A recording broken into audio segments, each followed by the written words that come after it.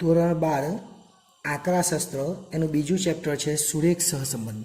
નમસ્કાર વિદ્યાર્થીઓ, આવી ગઈ છે આપણી એપ્લિકેશન એસએસ એજ્યુકેશન. આ એપ્લિકેશન ઇન્સ્ટોલ કરો.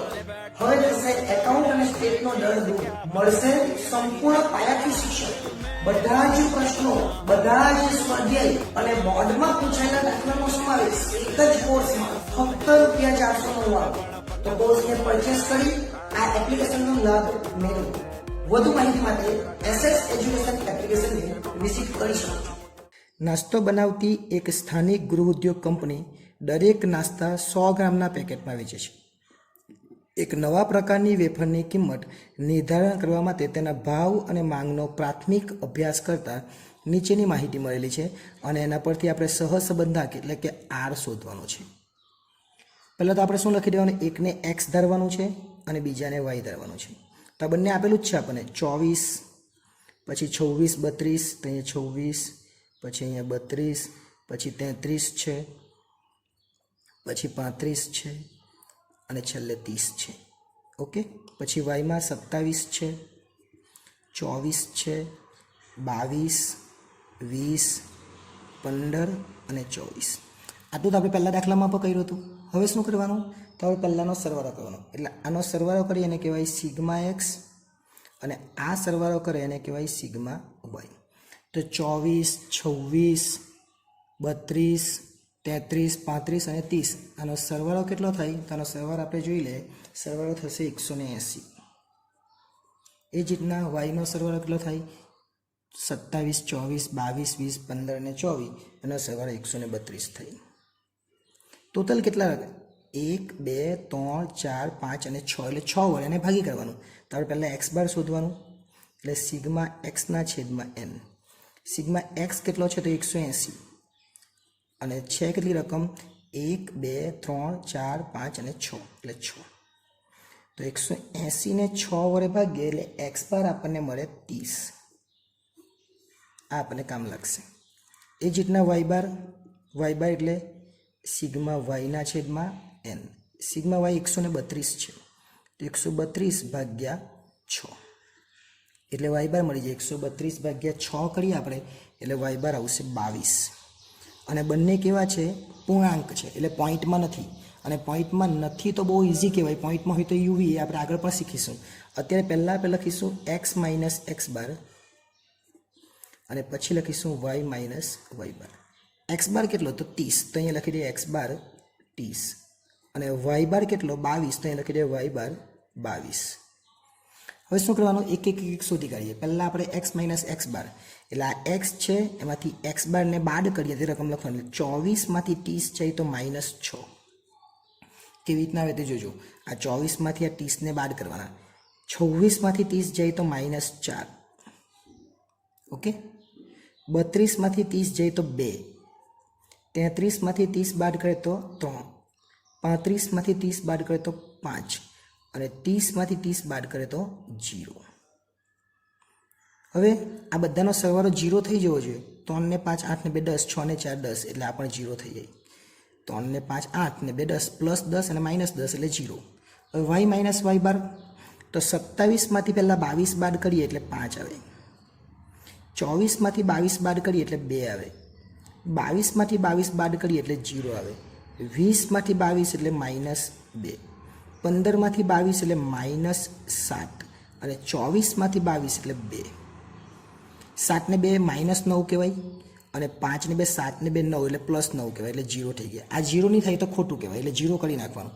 પછી આપણે બંનેનો ગુણાકાર કરવાનો એટલે કે એક્સ માઇનસ એક્સ બાર અને વાય માઇનસ વાય બાર. એટલે આ બંનેનો ગુણાકાર 6 × 5 = 30 પર કેવા માઇનસ, કેમ કે 1 પ્લસ અને 1 માઇનસ. 4 × 2 = 8 પર કેવા માઇનસ. 2નો ગુણાકાર 0 સાથે એટલે 0. 3નો ગુણાકાર 2 સાથે પણ -6 થવાનો, 1 માઇનસ છે એટલે 7 × 5 = 35 પરંતુ -35 અને 0 છે એનો ગુણાકાર 2 હાથે એટલે 0 થઈ જાય. હવે એનો સરવાળો કરી દેવાનો પણ માઇનસમાં જવાબ આવશે. 30 ને 8 38, 38 ને 6 44, 44 ને 35 કરવાના એટલે 79 થાય પણ કેવા માઇનસ. એટલે એક જવાબ આપણને મળી ગયો. હવે આનો વર્ગ કરવાનો પહેલા પદનો અને પછી બીજા પદનો વર્ગ. એટલે એ લખવાનું એક્સ માઇનસ એક્સ બારનો વર્ગ અને પછી લખવાનું વાય માઇનસ વાય બારનો વર્ગ. આ વર્ગમૂળમાં આપણે લખીશું છેદમાં. સૂત્રમાં, બરાબર ને? તો અહીં આ પહેલું જે પદ છે એનો વર્ગ, એટલે 6નો વર્ગ કેટલો થાય? 36. 4નો વર્ગ 16. વર્ગ એટલે શું? 6 ગુણ્યા 6, 6 ને 2 વાર કરવાનું. 6 ગુણ્યા 6 36, 4 ગુણ્યા 4 16, 2નો વર્ગ 4, 2 ગુણ્યા 2 એટલે 4, 3 ગુણ્યા 3 એટલે 9, 5 ગુણ્યા 5 એટલે 25, 5નો વર્ગ, અને 0નો વર્ગ 0 જ થવાનો.